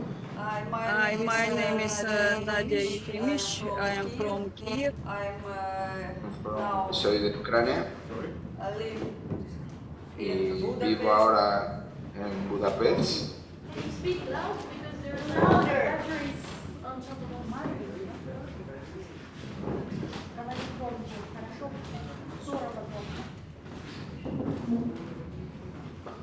Un momento. Мое выступление будет на тему конструирования идентичности в Украине. So my theme is Entonces, mi... He doesn't have to translate anymore. Yeah. He doesn't know it. I just finished translating, so he always... Wait, we don't need the translation there, you see. Wait. I mean, if he just wants to continue... Not your translation. But can't you... Yeah, I can, but he's still unmuting all the time. Okay. Now it should be fine. Okay. And Vera, you have to talk loudly because he has to go up here also. Yes, sorry. Yes, okay. So actually, my theme is the national minorities in Ukraine. This question is what I'm going to talk about. Это одна из причин, которая явилась вооруженного конфликта. This was one of the causes that opened up this conflict. После распада СССР в Украине переписи населения 1989 года проживали представители этнических групп и коренных народов со всего постсоветского пространства. After the fall of the Soviet Union in 1989, there were all minorities that existed actually all over the Soviet Union. В Украине представлено 130 этнических групп. And these minorities were 130 minorities groups. То есть Украина многонациональное государство. This means that Ukraine is several nationalities country. Также многие религиозные направления. And also because of this, that there are so many nationalities in this country, there were different religions groups as well. Из переписи 1989 года there was a national counting of the population of Ukraine in 1999. Проживало 53% русских. According to this, there were 53% of the population Russian-speaking people. Украинцев 27%. Ukrainian-speaking people 27%. Провозглашение независимости Украины способствовало идентификации новых этнических групп. When the free state of Ukraine was recognized, then came to power the identification of the people of Ukraine. В том числе и финно-угорские народы. And within this, the nations of the Finno-Ugric language. Хотелось бы отметить, что территория Украины была территорией между двух цивилизаций, что Первую мировую войну, Австро-Венгерская империя, что Российская империя. I must mention that during our history, the history of this territory. The Ukrainian territory was in between two big nations, two big empires, the Austro-Hungarian Empire, and on the other side, in between the Austro-Hungarian and the Russian Empire. И во Вторую мировую войну страны Запада и Советский Союз. This was what we mentioned first during the First World War, and in the Second World War it was in between the Western European countries and the Soviet Union. И в связи с этим территория Украины всегда делилась между победителями. We must mention that during these historical times, the territory of Ukraine always was divided between the winners of these wars. So it always changed. Поэтому в Украине проживают компактно многие национальности в некоторых населенных пунктах, они представляют большинство. Therefore, in Ukraine, these national minorities live in special regions. Это Закарпатская область, Венгры. There is the Transcarpathian region where the Hungarians live. Черновицкая область, румыны. В Черновицком region there live the Romanian people. Одесская область, гагаузы, болгары, украинцы. В Гагаузском region, в Одесском области region live the гагаузы, болгары и русские, Russians. В большей степени русские проживали в Крыму. The majority of the Russians lived in the Crimea. Харьковская область, Запорожская область, Донецкая область, Луганская область. Донбасс.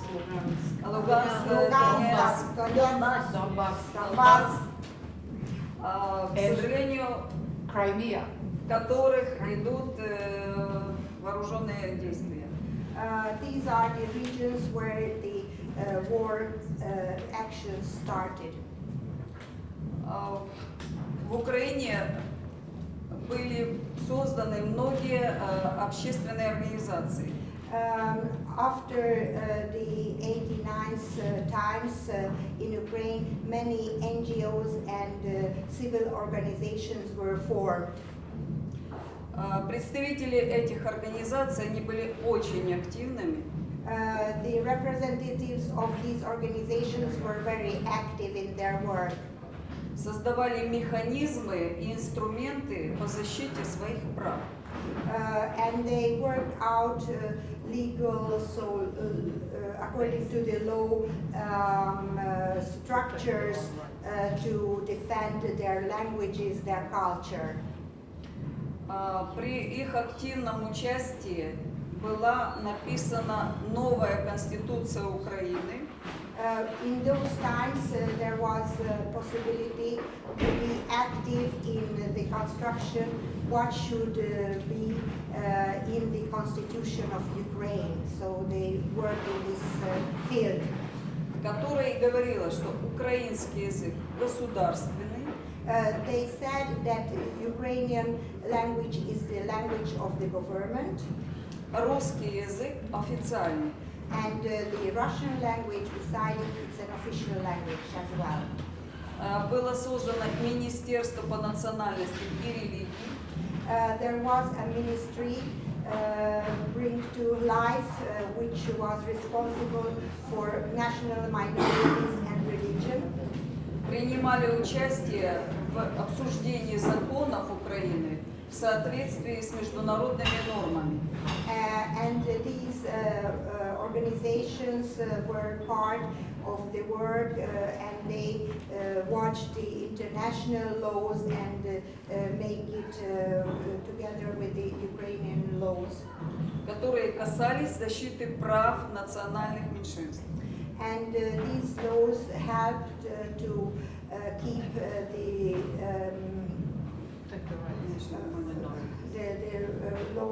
minority rights. The minority rights, yes.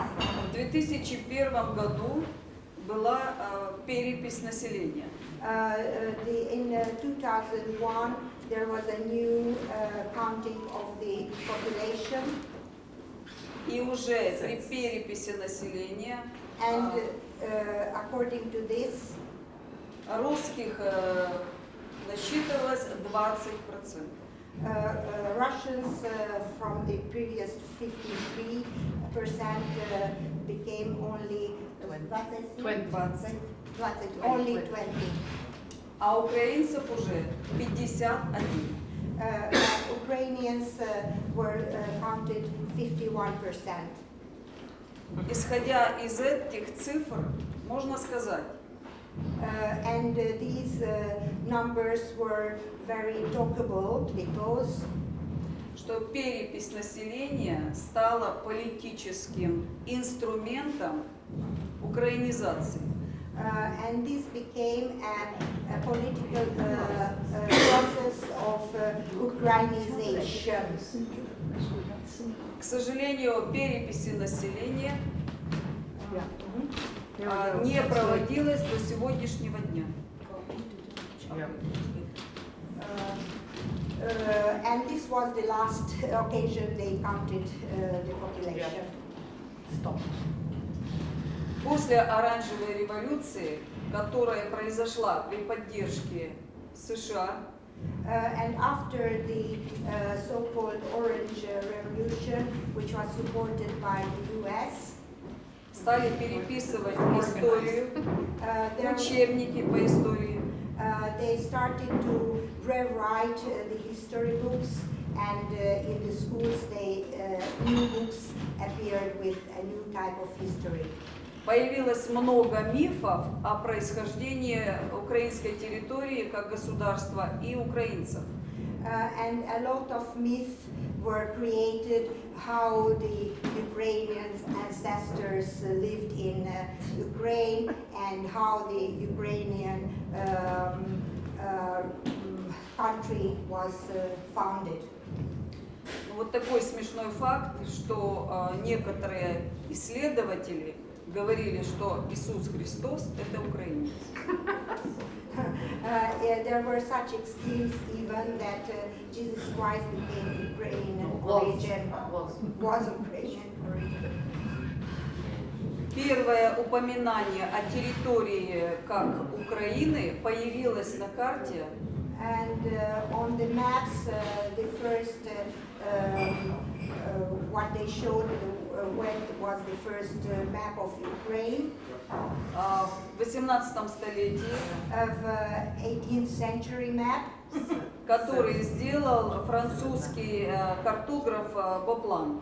And it was drawn by a French cartograph, Боплан.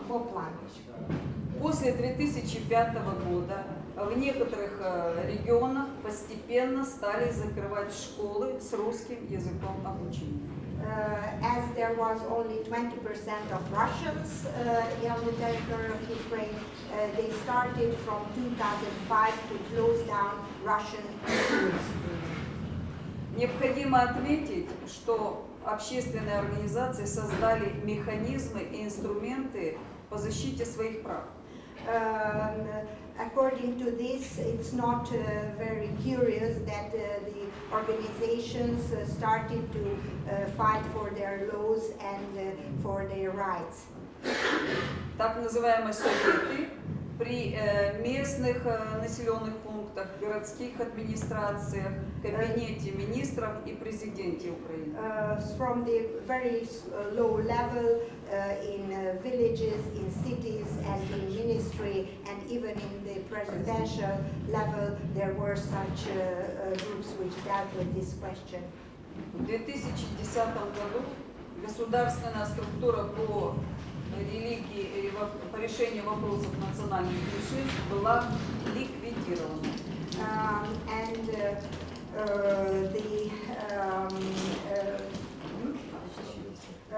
2010, this department was closed down and couldn't work anymore.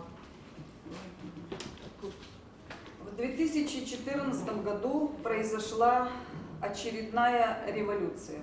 In 2014, there was the second, the coming forward revolution. При непосредственной поддержке США и Европы. And in the background with the US and the European Union support. Что послужило толчком вооруженному конфликте на Донбассе и отсоединению Крыма. And this procedure led to the Donbas conflict and the annexion of Crimea area. Это послужило радикальным толчком к украинизации. And this gave a new wave to the previous Ukrainization process. Массово начали закрываться школы с русским языком обучения. And most of all the schools with Russian language teaching were closed down. Разрушение памятников, мемориалов. They destroyed monuments.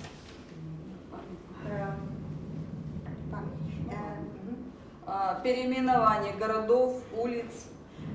They started to rename cities, streets. Начались преследования активистов общественных организаций. Started observation of the civil movements, organizations, activists. И обычных граждан, которые защищали русский язык и культуру. And not only of the activists, but ordinary people who wanted to use their Russian language or culture in their everyday life. А также стали закрывать русскоязычные медиа. И there was not allowed to talk any news about Russian culture, anything about Russia. В 2018 году в 2018 был принят скандальный закон об образовании. There was a scandalous law about the education. Без консультаций с национальными меньшинствами. In this process, the national minorities were not included. They weren't asked, and they weren't included in the working out of the law. Этот закон предусматривал прекращение обучения на русском языке, начиная от детского сада, школа, вузы, с 2020 года. In the law, it was instructed that from the very low educational formations, from the kindergartens up to the university level, only Ukrainian language can be used, no other minority language. Прекращение обучения на языках национальных меньшинств венгры, румыны, поляки с 2023 года. And this first law was concerned to the Russian language, but it continued in 2023, Hungarian, Polish, and Romanian language. То есть все обучение должно было перейти на украинский язык. И в сфере обслуживания, во всех сферах. So the whole country had to use only Ukrainian language in all institutions, schools and offices. Мы, представители национальных меньшинств, we who were the representatives of national minorities, обращались в европейские структуры, международные структуры. We turned to the European Union's Council. О нарушении наших прав. That our legal position was damaged. Эти структуры констатировали нарушения. The European answered, yes, it was destroyed. Говорили об этом законодательной и исполнительной власти в Украине.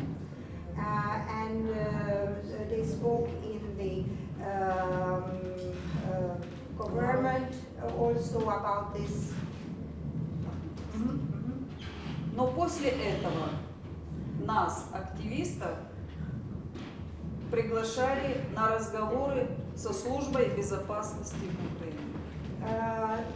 But nothing happened actually in the practice in Ukraine, except of that the activists were called in for an official talk, and they were told to keep the law, and they'll do the best if they keep the law. Эти действия, законы и привели к тому, что сосед, Российская Федерация, стал защищать русскоязычных граждан. And one of the causes of the Russian disagreement to this situation that Russia said that they are going to protect the Russian minorities. Все эти факторы, к сожалению, привели, причина этих действий привели к тому, что случился вооруженный конфликт. And unfortunately, the real military conflict broke out. This was one of the reasons. В заключение я хочу сказать, and to finish my representation, мое видение этого разрешения этого конфликта, in my opinion, the solution of this conflict необходимо Организации Объединенных Наций is to face as many people as possible with the truth about the war, and the United Nations and business corporations and political blocs should discuss and make a decision to end the war and practice and work to agree on peaceful solutions.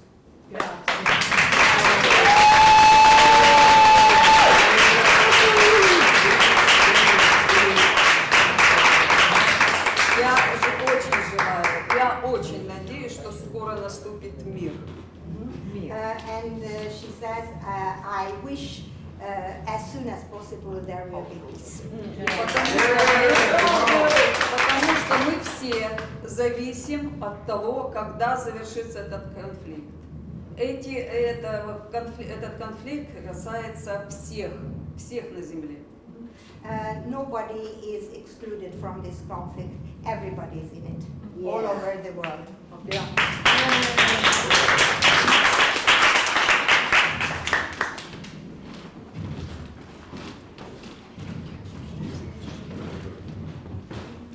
Thank you very much, Nadia, and we certainly all agree with your last words and everything else, of course. I now would like to announce Nadia Nouri from Afghanistan. She is a civil society member and a gender youth activist, and also a founder of the Afghan Women Alliance for Peace and Development. So Nadia, please.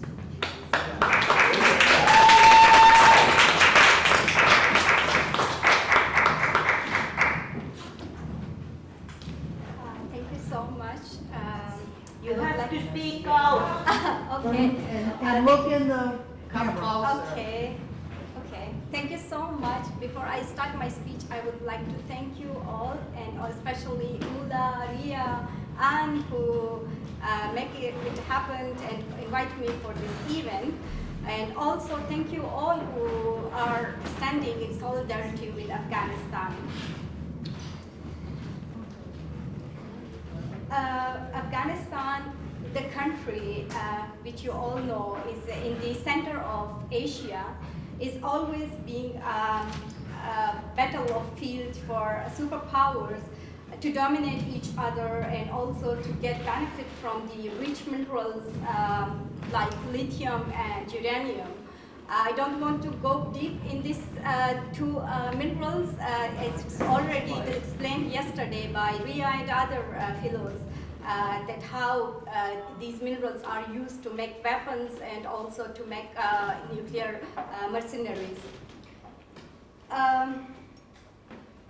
2001, the 9/11 Black Day in the history was a good pretext for US to invade Afghanistan, and not just alone US. NATO forces also get the intervention, and by deploying 130,000 troops in Afghanistan for fighting terrorism, keeping the peace, bringing democracy and freedom to protect vulnerables. But NATO, the world's most powerful alliance, has turned itself the reputation of brutality, and during these 2 decades, they have made a lot of operations on on a public spaces, on villages, on grain fields, and killed a lot of civilians. And these US and NATO operations in Afghanistan had left more than 37,000 civilians dead, including women, children, and elderly people. Also 60,000 injured, and 11 million people displaced as refugees, and this number is increasing.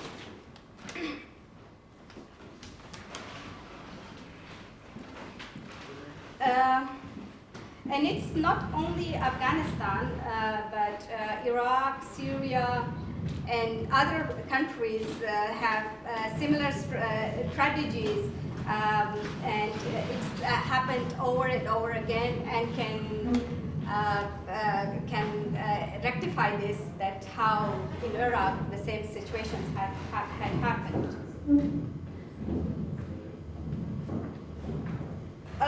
In 20 years, European Union, US, and other countries invested a lot of money on militarization to fight terrorism in Afghanistan, but they failed.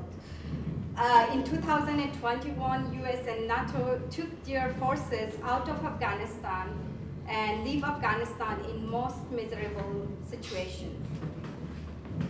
Today, after 20 years of struggles, that has meant for peace and development by Afghans and international community, these all has been reversed, and even double reversed.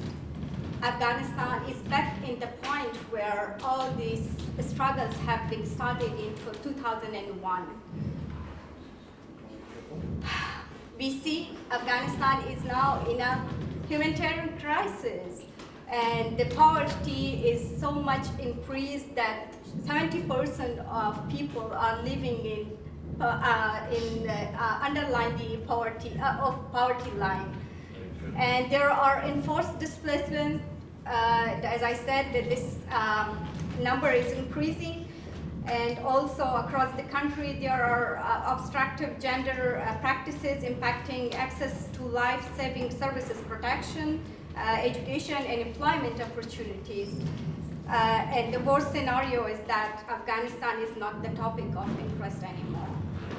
Yeah. Please, next slide.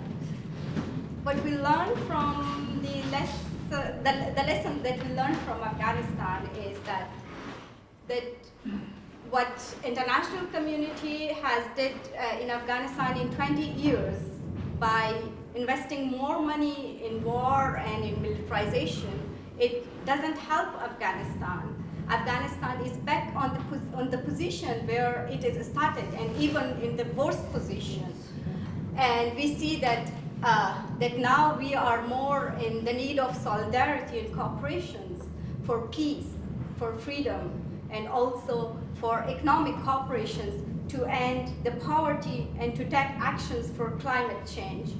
By spending money on education, health, and infrastructure, we can make the world a better place for living for all humanity. Next slide, please. Yeah, and now, as we said, that we are in a global community. No matter it's Afghanistan, Ukraine, it's affecting all of us globally. Let's come together to work for peace, so Mother Earth would breathe a sigh of relief and give back the humanity its green foliage in mitigating the problems of the world. Thank you so much. Thank you.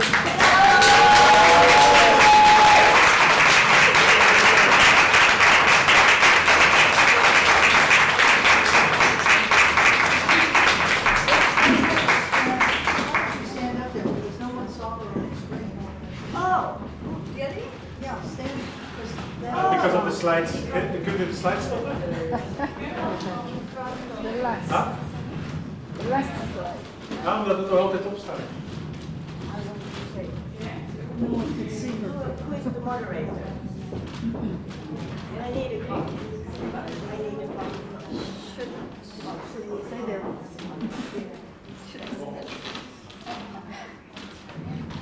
We want the people in the audience to be able to see her. Okay. Yeah. And if they have any question,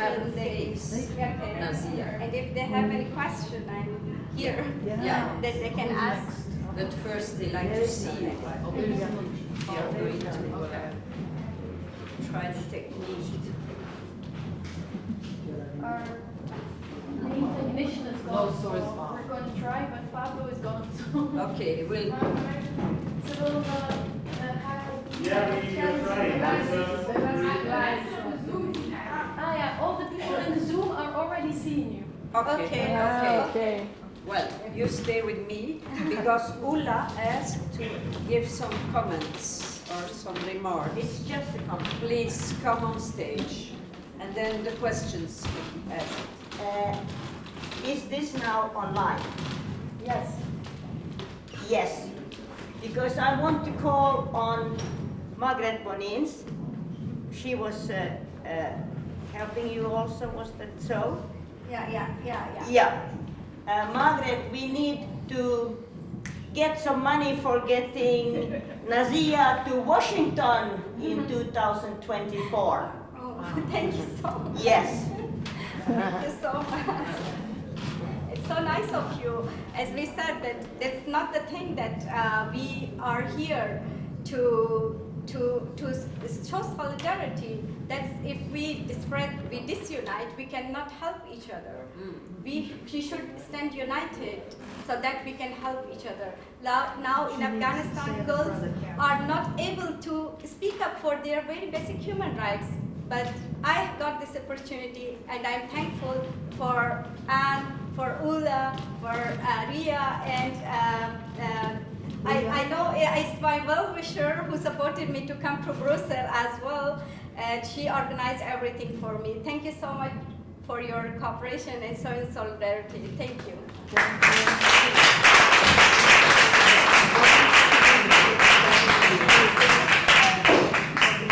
So now we can go to the questions, if there are. And should we have both Nadia and Nasta back up here? Please come on stage, the two speakers. Nazia and Nadia. Nadia and Nazia. Nadia and Nadia. And Vera. And Vera.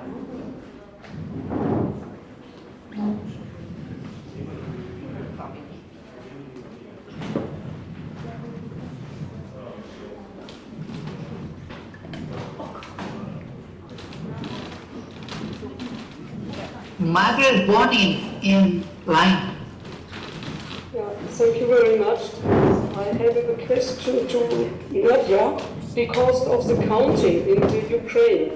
He told us that in 1999 there have been about 50% Russia and only 20% Ukrainian. And 20 years later, it has changed. So, change the people or change something in the counting? Это что, как это возможно, что подменилось 20%, люди уходили или что-то поменялось, или посчитать стали по-другому? Спасибо за вопрос. Очень интересный вопрос, и мы всегда задавались этим вопросом, как такое происходило. Я поэтому и сказала, что происходило конструирование идентичностей, и перепись населения – это именно политический инструмент, когда подделывались результаты переписи, подделывались анкеты. Ну и, в общем-то, в 90-е годы многие уехали из Украины или приехали украинцы из России, поэтому статистика, она недостоверна. So actually, this is a very interesting question you brought up, and I must tell you that there was a political will to do this, to change the proportions of nationalities. And in reality, that happened, that many people left Ukraine, Ukrainians and Russians, and some Ukrainians from the territory of Russia moved to Ukraine. And but anyhow, the question papers were constructed in such a way that people felt better to consider them to the state laws, and they decided if it's better if they fill it out in a way they are asked to fill it out. So I don't think that these numbers are realistic. May I ask the second question? Sure. Yeah. Was it international observed, this counting? Были там интернациональные, кто-то проверял, когда это сделали, это счет людей? Yes, there was. Thank you. Big love. Yes, next question, please. Oh, please come. Come on stage. Come here. Come here. Come here. Tell him. Oh no. He can see that. Yes, I know. Okay, he's. After this question, we need to close because of the time limits. Okay. So please, Claudine. And make the question very short. Very short and the answer very short. Yes, okay. Because we run out of time. I don't know. Yeah, short question, please. Okay. Yeah. Yes. Short, please. I have a question. How can we get peace now in Ukraine? Who is the best peace proposal? Can you tell me what's the best peace proposal? Is it Chinese or is the Brazilian? So we can get this supporting and we can ask the other European to do it. That's the first question. Afghanistan. How can we help you to get the women to get do from the rest of the world? This situation can we not have in this world. This is resolved because we have been in this war for 20 years. Sorry.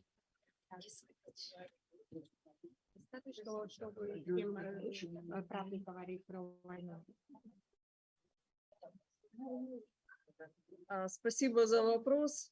Сегодня на многие вопросы мы не знаем ответа. Thank you for your question, but it's very difficult to answer to this question. Могут ситуацию только ответить правдиво те, кто начал этот вооруженный конфликт. Those people have to sit down and talk together who are in the conflict. They know the details, they know the backgrounds, and they should work out something. Если каждая из стран вложит свою лепту в мирное соглашение, это будет всем хорошо. If people stop supporting the militarism and instead of that start the will of peace, then we will reach to a solution. Yes. Thank you so much for the question. Actually, I can say that that I request everyone here, because all of you are the representatives of your countries. We know that there had been a lot in Afghanistan, and they have done a lot of things, but we now cannot isolate Afghanistan. We cannot leave them by their own. Let's be the voices for them and just be the voices of the people and urge our governments to bring democracy and freedom again without war in Afghanistan. Thank you so much. So the last question will be for Claudine. To Nazia. Nadia. Nadia. No, Nadia. Nadia. Nadia. No, Ukraine. Ukraine. Nadia. Ah, no, Nadia. Sorry. Nadia. A question for you. A question for you. D'abord, je veux dire, j'ai beaucoup estimé toute son intervention en Belgique, partout d'ailleurs, mais en Belgique, on est noyé dans les mensonges, dans les médias mensonges. First of all, I want to say that I appreciated a lot the speech of Nadia. And in Belgium, we are overwhelmed but by all the lies. We are, yes, okay. Alors, ma question est, si tu as une notion de où va les milliards et les milliards envoyés par les États-Unis, par l'OTAN et la Belgique aussi, l'Union européenne, la Belgique en particulier, soi-disant pour la reconstruction de l'Ukraine. The question is where all this money that United States, NATO, European Union send to Ukraine, where this money goes. They say is for the reconstruction, but is it really so? Okay. Поняла? Куда все деньги, которые США и European Union посылал очень много денег, куда эти деньги сошли? Интересные вопросы и провокационные. These are very interesting and difficult questions. I'm not a politician. I'm a civil activist, so teaching before in the university, so I don't know all the backgrounds. Я могу только предполагать. I can guess with all of you. Я могу анализировать ситуацию, которая в медиа. I can analyze all what I hear in the media. Сегодня уже Европейский Союз и парламентарии Европейского Союза и американские парламентарии, английские, французские, они требуют и просят, чтобы дали отчет, Украина дала отчет, куда делись деньги, на что потрачено.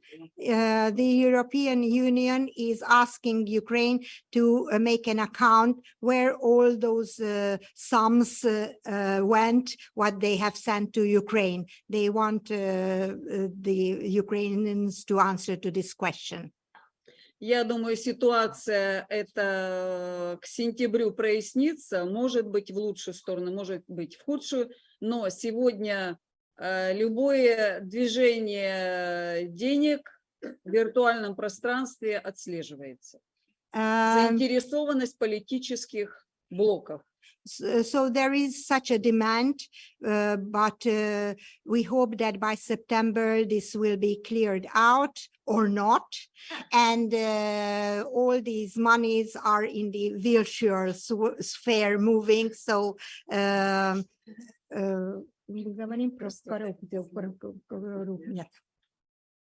так что, so thank you. So we will close the session now. We will take a short break for about 15 minutes, 10 minutes. So in 10 minutes, we come back to you. Thank you very much. We leave the Zoom open. And we leave the Zoom open. It's the same link, yeah. And it will, Yeah. silence.